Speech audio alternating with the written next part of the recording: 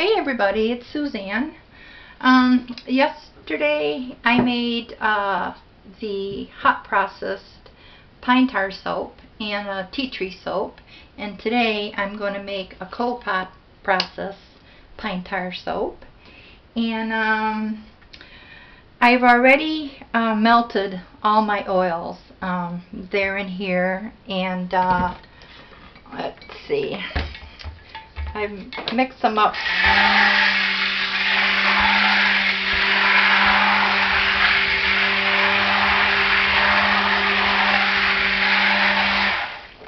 Just a little bit.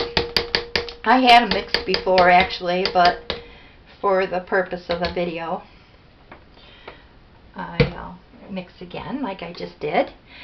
And I've already measured out my lye. 11 ounces of lye in 24 ounces of water, and I'll strain it here a little bit. This is 100 degrees. I rather soap at about 90 or 80, 85, 90, somewhere in through there, but I need to get it done, so as we all do, we all get so anxious and we want to get done. So this is at 100, which is still okay.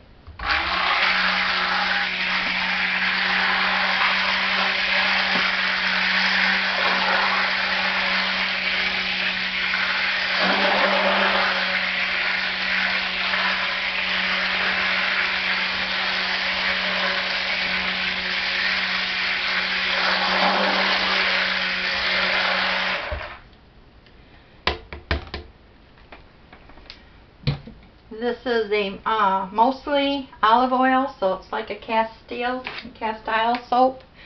And I'll give you the ingredients or the amounts of what I've got in here. And what I'm adding right now is sea kelp powder, which is antifungal, antibacterial. And because I'm making the pine tar, which is for people that have skin problems such as psoriasis, eczema, dermatitis, dandruff, so the sea kelp would be beneficial because it is an antibacterial and antifungal.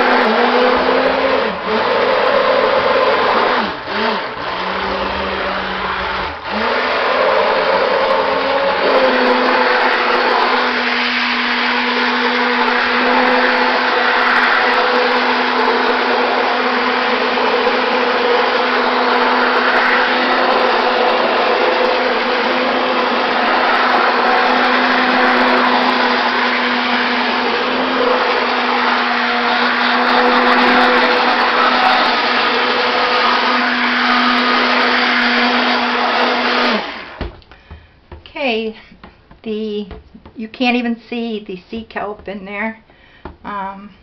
This is one of the soaps that are for medicinal purposes. Not to say 100% is going to heal, 100% is going to cure, or 100% is going to get rid of anything, but it's a pretty good soap, and it should help a lot for people that have dermatitis or eczema or psoriasis.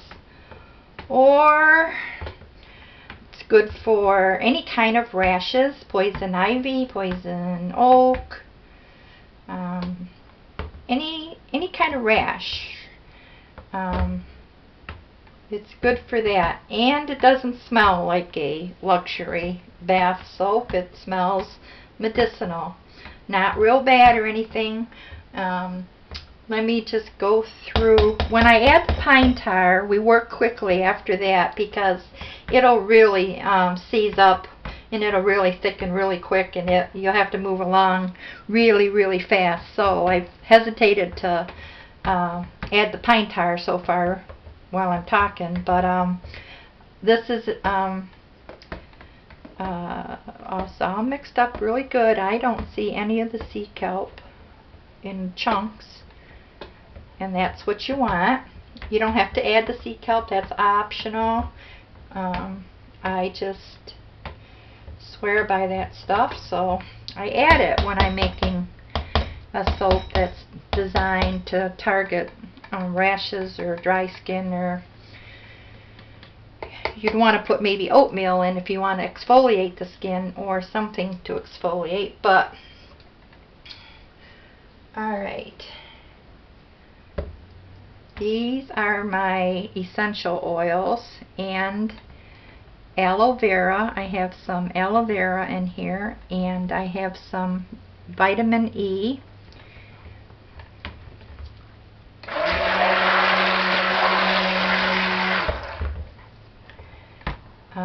I'll go through these things that I have in there. It's tea tree oil, lavender, black cumin, lemon,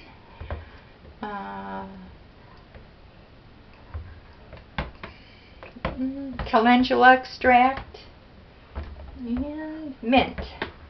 So that's what I just put in here. And we'll put the pine tar in now.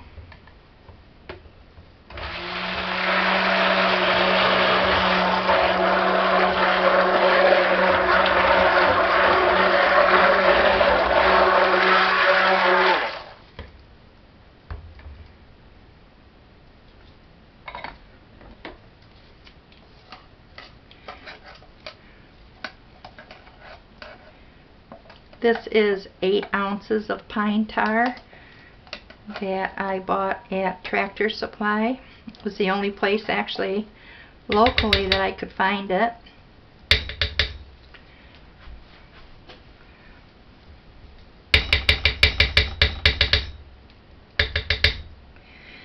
And I don't even think I have to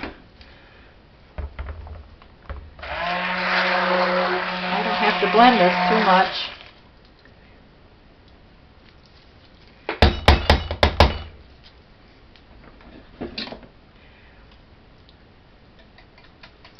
You can just basically whisk it in, as long as you get it all incorporated and all blended.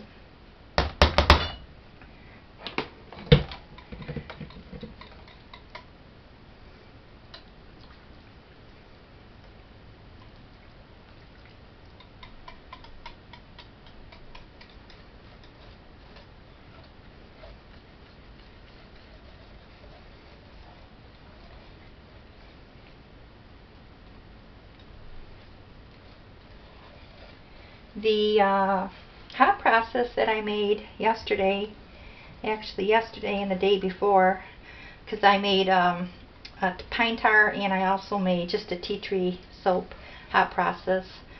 Those are all set to use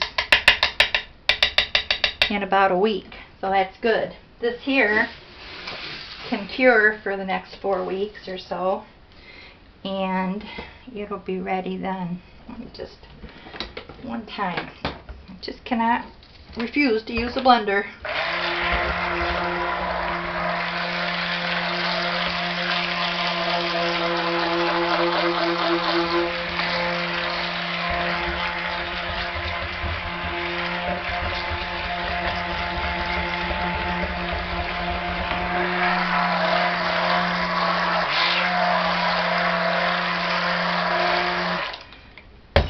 See how thick that is.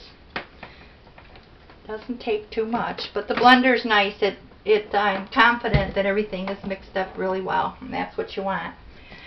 Okay, over here.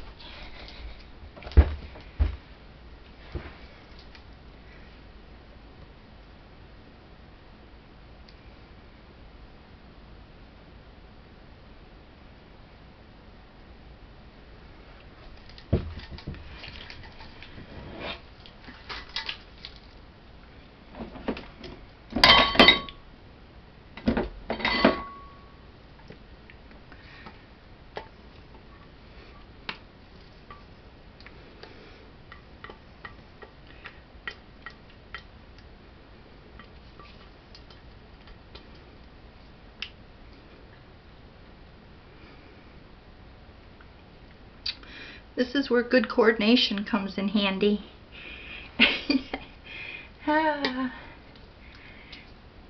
This insert for the crock pot isn't exactly light, but if you can hang on to it with one hand and kind of scrape with the other, you're doing good. Not too bad.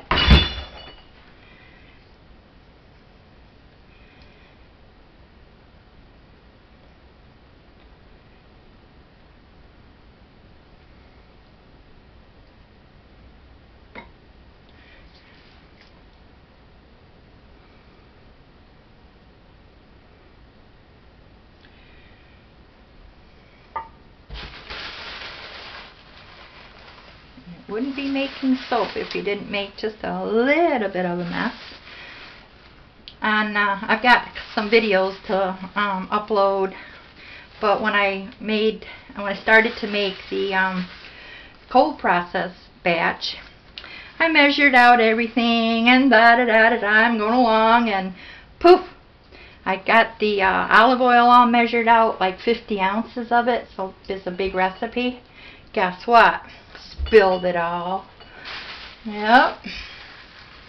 That's costly. But that's how we roll, huh?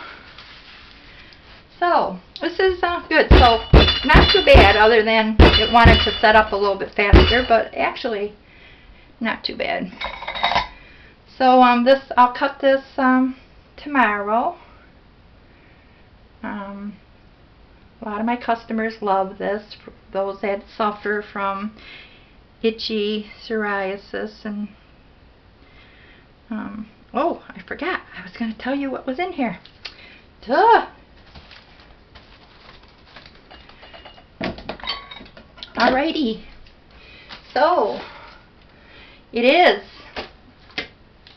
I melt the 6 ounces cocoa butter, 8 ounces coconut oil, and then the 8 ounces of palm oil. And after that's all melted, then I put in 50 ounces of olive oil and 10 ounces of sunflower oil. And that's 24 ounces of water for the lye mixture, and that's 11 ounces of lye. Okay, so again, this is the cold process method. And for that, so in a separate bowl, when I'm melting the oils and all that, and I'm waiting to turn the video on and then add the lye and all that, in a separate bowl, I've added an ounce of olive oil, an ounce of coconut oil, and an ounce of shea butter. And that I put in when I put the liquid oils, the olive oil and stuff in, and I kind of I shut the crock pot off and everything, so I let those just melt in the oils those are probably heated to around 120 degrees at that time, and then I add this 1 ounce olive, 1 ounce coconut, 1 ounce shea, and I just kind of like stir that around till that's melted, and there is no heat on at that time. And then also separately, I put 2 ounces of glycerin, 1/2 teaspoon of vitamin E, 1 tablespoon of peppermint, 1 tablespoon of tea tree oil, 2 tablespoons of lavender, and 1 tablespoon of black cumin, and 1 tablespoon of calendula extract.